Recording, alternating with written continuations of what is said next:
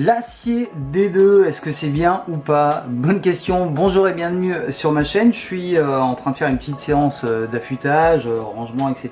Et j'ai évidemment pensé à vous parce que j'avais envie de vous parler de cet acier. Ça fait un petit moment que j'y pense et que j'en parle avec pas mal de personnes.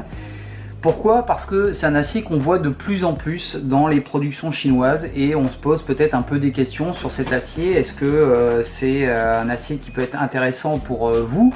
Est-ce qu'il peut vous convenir? Parce que je vais vous parler de mon ressenti, de mon expérience avec cet acier. J'ai eu pas mal de couteaux en lame fixe et puis en lame pliante évidemment. Et je vais vous donner un petit peu et mon ressenti, je vous l'ai dit, et aussi la façon d'entretenir ce type de lame. Savoir est-ce qu'il s'oxyde ou pas si facilement que ça, est-ce qu'il s'affûte facilement, etc. Donc on va voir ça en détail avec deux modèles évidemment très connus. Deux modèles que vous connaissez certainement, évidemment je ne les ai pas choisis par hasard. Le fameux Rad 2 et le Easy Zankunto. Vous les connaissez, j'ai fait un retexte il n'y a pas très longtemps sur ce couteau là. Là on est sur de l'AUS 8 et là j'ai un Rad 2 en D2. Alors on va un petit peu parler de cet acier. Alors vous le savez certainement, on est sur un acier qui est communément appelé semi-inoxydable. Pourquoi? Parce qu'il ne contient pas suffisamment de chrome pour être classifié dans les couteaux inoxydables. Alors là-dessus, faut pas avoir de crainte parce que je suis, vous le savez, à 50 mètres de l'océan Indien, donc vraiment dans un univers salin. Ce couteau appartenait à mon pote Jus, qui lui habite dans les hauts à 300-400 mètres, aussi dans une région humide, et puis il l'a trimballé partout, le connaissant, et il l'a évidemment utilisé. Et vous voyez que le couteau n'a pas spécialement de rouille. Il y a quelques petits points ici, vous allez peut-être voir avec le reflet, ici, mais c'est extrêmement léger. Hein. Je les ai exprès laissés, je les ai pas nettoyés pour vous montrer un petit peu. Faut bien se dire qu'un couteau qu'on va utiliser au quotidien, si on va manger avec, si on va bosser avec, etc., eh bien, on va l'utiliser, on va le nettoyer régulièrement. Moi, personnellement, ce genre, enfin, quel que soit le couteau, quand j'ai fini de l'utiliser, je vais l'essuyer avec un chiffon, je vais le laver à l'eau, généralement même juste avec mes doigts, en faisant évidemment attention au tranchant. Je vais bien le sécher et je vais même, alors là c'est psychologique, hein, le laisser une dizaine de minutes ouvert avant de venir le refermer et de le remettre dans ma poche, dans mon sac, etc. Alors vous voyez que l'oxydation, honnêtement, c'est pas un problème. Vous avez vu même que le couteau, il est usé, j'ai laissé les rayures, etc. J'ai absolument pas fait de polissage dessus. Et je peux vous assurer qu'il l'a énormément utilisé. Eh bien voilà, il ne se patine pas. Dès qu'on parle d'acier carbone ou d'acier semi-inoxydable, on a tout de suite peur de se retrouver avec le vieil Opinel du grand-père qu'on a retrouvé au grenier qui est complètement rouillé. Alors c'est pas le cas du tout. Je vais vous montrer une lame, par contre, un acier qui, lui, rouille extrêmement vite. Alors le premier que je vous montre ici, c'est un acier au carbone, hein, 1095 ou 1075, je ne sais plus, le fameux Top the Bob, hein, mon couteau favori. Donc là, vous voyez qu'il a été énormément utilisé, évidemment, il n'y a même plus les marquages ou à peine. Alors ce que vous voyez briller, c'est de l'huile simplement, hein, parce que une fois que j'ai bossé avec, etc., je mets un petit peu d'huile dessus avant de le ranger. Et là, on voit effectivement qu'il y a une patine qui arrive sur l'acier. Alors c'est pas gênant du tout, hein. Moi je trouve que ça a même son charme parce qu'on voit que le couteau est usé, utilisé, et c'est presque l'historique du couteau qui apparaît ici. Si je vous prends un autre acier, et je l'ai exprès laissé en extérieur, enfin même pas en extérieur, mais ici sur le bar de la cuisine, eh bien ce type de couteau, voilà, c'est un petit couteau que j'ai forgé, vous voyez, dans un fer à béton. Alors je me suis amusé à le polir, etc. Et je sais qu'il rouille extrêmement vite. Donc là, par exemple, celui-ci, voilà, il va rouiller. Hein. Si je mets mes doigts, je vais sentir la rouille, je vais avoir des traces, etc. Là, évidemment, ça va s'oxyder extrêmement vite. Mais honnêtement, le D2, ça tient extrêmement bien. Je vous le disais, moi, je les ai eus sur des grands couteaux. Alors, c'est vrai que c'était des grands couteaux avec un coating, une peinture dessus. Mais honnêtement, même au niveau du tranchant, j'ai jamais eu de traces d'oxydation. Donc pour ça, pas de souci.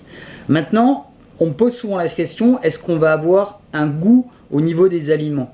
Alors vous le savez peut-être, quand on utilise certaines lames carbone, quand on va couper une pomme, ce genre de choses, on voit directement de l'oxydation, ou si on coupe un citron, on voit même la patine, l'acier qui change de couleur, etc. J'ai pas eu le cas avec ça, et honnêtement, les quelques aliments que j'ai coupés, je me suis pas rendu compte qu'il y avait spécialement un goût. Alors, vous me le direz évidemment dans les commentaires si vous avez ce type de couteau et qu'effectivement quand vous coupez de l'alimentaire il y a un goût, etc. Seconde chose, et là ça va être très important, écoutez-moi bien, on va parler évidemment de l'affûtage de ce type de couteau. Pourquoi? Parce que je pense qu'il y a pas mal de monde qui vont être très friands de cet acier, etc. Qui vont par exemple hésiter entre ces deux couteaux, et une fois qu'ils ont choisi un couteau, ils vont hésiter sur l'acier et de se dire bon ben c'est vrai, effectivement l'acier des deux va couper plus longtemps, etc. Alors quand on regarde sur le papier, évidemment c'est le cas, parce qu'on va avoir une dureté plus importante ici, on a un acier qui est vraiment extrêmement dense, que moi personnellement j'adore en termes de sensation. Je vous parlais de sensation, je vais vous en reparler après sur le bois.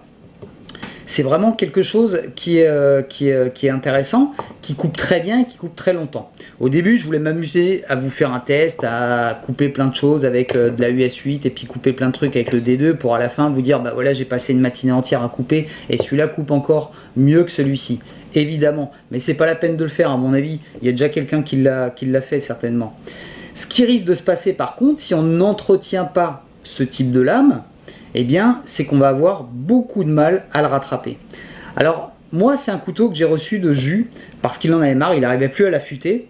Et puis, quand je suis arrivé, en tout cas, quand ce couteau est arrivé à la maison, j'ai commencé à utiliser mes pierres ici, et je me suis rendu compte qu'il était hyper abîmé et que j'allais passer vraiment du temps. Alors il y a plein de méthodes sur internet. Une des dernières vidéos qui est géniale, c'est celle de Cosmic Wratch, qui parle justement de toutes les erreurs à ne pas faire et puis de toutes les techniques pour affûter. Alors il y en a plein d'autres qui ont fait ce type de vidéo, mais on ne vous parle pas de temps d'affûtage. Alors, si vous avez l'habitude d'affûter, etc., de déguiser vos couteaux et que c'est presque un plaisir au bout d'un moment, ça va pas être le souci et puis vous allez le faire régulièrement. Par contre, si c'est pas un exercice que vous aimez, attention, c'est un couteau qui va couper évidemment, qui va couper plus longtemps que de la US8, mais qui sera beaucoup plus long à affûter. Moi, honnêtement, j'ai utilisé une machine au départ, parce que le couteau, je faisais ça, il coupait absolument plus rien, il ne me coupait pas le doigt. Et puis, je me suis rendu compte que si je l'avais fait sur la pierre, j'ai mis à la machine déjà 10 à 15 minutes.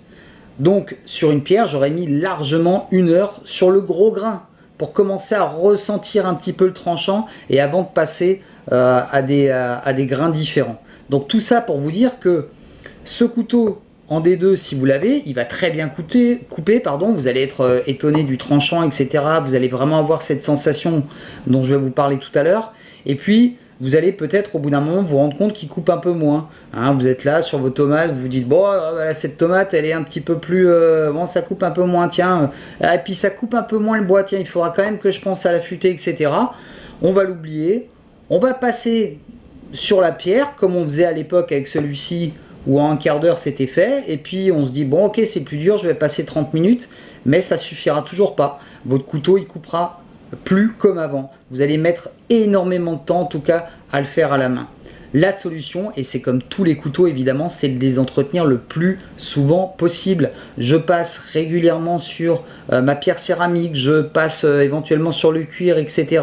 Alors je vous parle pas d'avoir un gros accro, mais généralement sur un fixe, on a quand même peu de chance, sur un pliant pardon, sur un fixe évidemment on met des coups, etc. Sur un pliant on a moins de chances de tordre le tranchant, etc. Donc ça c'est vraiment quelque chose qu'il va falloir vous mettre dans la tête si vous partez sur du D2 qui est un très bon acier que moi j'apprécie beaucoup. Eh bien il va falloir l'entretenir régulièrement parce que sinon vous allez forcément faire cette énorme erreur de le laisser de côté, et puis une fois qu'il va plus couper, vous allez vous en trouver un autre, vous allez reprendre votre vieux couteau en vous disant bon finalement il coupe suffisamment et puis j'aime bien parce que finalement à l'affûtage ça va très très bien, et puis celui-là vous allez le mettre dans un coin et effectivement il va peut-être rouiller à ce moment-là et dans 2 ans vous allez revenir et nous dire bon ouais, le D2 c'était sympa mais c'était peut-être pas une si bonne idée que ça. Juste un instant pour revenir sur l'AUS 8. Moi, je vous l'ai souvent dit dans mes vidéos, l'AUS 8, c'est un acier que j'aime particulièrement. J'ai un SOG qui est en AUS 8 et qui... là, je l'ai complètement raté l'ouverture. Voilà, en AUS 8 qui me va très bien parce que j'arrive très rapidement à récupérer le tranchant, à avoir un tranchant rasoir et puis à le réaffûter rapidement. Voilà, même si je l'ai beaucoup utilisé dans la journée. Je vous donnais un exemple avec le SOG. J'avais coupé quelque chose d'assez dur, c'était du gazon, du faux gazon. Et c'est vrai qu'au bout d'une dizaine de mètres, je sentais que ça coupait un peu moins bien. Ça aurait coupé un saucisson sans problème, mais j'étais plus sur le tranchant rasoir. Mais je me disais, c'est pas grave. Tout à l'heure, je vais le passer 10 minutes sur la pierre et ça sera reparti. Je vais le ranger, je vais le remettre dans mon sac. C'est pas un souci. Faut bien vous dire une chose avec les aciers. Là, on parle du D2 et de la ES8, etc. Quels que soient les aciers, si vous prenez des aciers un peu plus haut de gamme, etc., eh bien forcément au bout d'un moment ils vont couper beaucoup moins bien et il faudra forcément les réaffûter. Il y a une chose importante à savoir aussi, c'est qu'est-ce que je vais faire avec mes couteaux. Si c'est effectivement un couteau que je vais utiliser pour faire de l'alimentaire, pour couper sur une planche en bois, etc., il va couper des mois voire des années. Si c'est un couteau que vous allez utiliser pour couper des matériaux durs, du bois, que vous allez utiliser au travail pour ouvrir des cartons, du scotch, des cartons, etc., forcément son usure va être plus rapide. Donc c'est peut-être ingénieux de prendre un acier un peu plus costaud, un peu plus dur, mais encore une fois, là il faudra évidemment le réaffûter suffisamment. Vous pouvez prendre un VG10, si vous découpez des cartons toute la journée, vous aurez besoin de le réaffûter plus souvent peut-être que moi avec mon AUS 8, c'est absolument logique. Autre petit exemple, moi à l'époque j'avais un petit couteau de poche qui ressemblait d'ailleurs au Bug Out, un petit coucou à Chloé pour ça, et qui justement était pas dans un acier génial et je devais couper des cartons de vélo à Decathlon et tous les jours je devais couper 10-15 cartons et c'était pas un souci parce que je les coupais très bien avec ce fameux couteau et quand je retournais à l'atelier j'avais une petite lime acier et puis je réaffûtais, je mettais 5 minutes, je réaffûtais mon couteau qui était prêt pour le lendemain. C'était absolument pas gênant pour moi. Si j'avais eu le fameux Bug Out de Chloé, j'aurais fait pareil, sauf qu'au bout d'une semaine, peut-être, j'aurais eu un peu plus de mal. Et là, par contre, j'aurais mis beaucoup plus de temps à retrouver le tranchant. Je termine rapidement en vous parlant de cette fameuse sensation que j'ai avec ce type d'outil. Eh bien, c'est comme un acier carbone.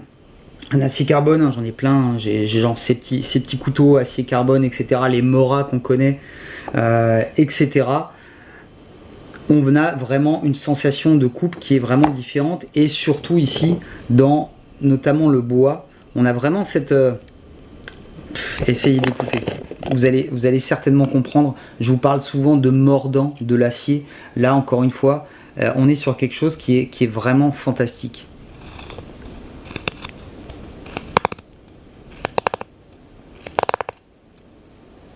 Alors cet exercice évidemment je vais pouvoir le faire avec de l'AUS 8, évidemment. Mais la sensation n'est pas la même. Alors certains d'entre vous me comprendront, d'autres pas du tout. Mais c'est vraiment une sensation qu'on a quand on coupe avec ce type d'acier qui est extrêmement dur et qui se rapproche des aciers carbone qui me plaît énormément. C'est pour ça que moi, souvent on me dit c'est bizarre que tu aies un couteau en acier carbone en étant sous les tropiques. Eh bien non, moi ça me va très très bien et je suis absolument pas le seul à avoir ce type d'outil.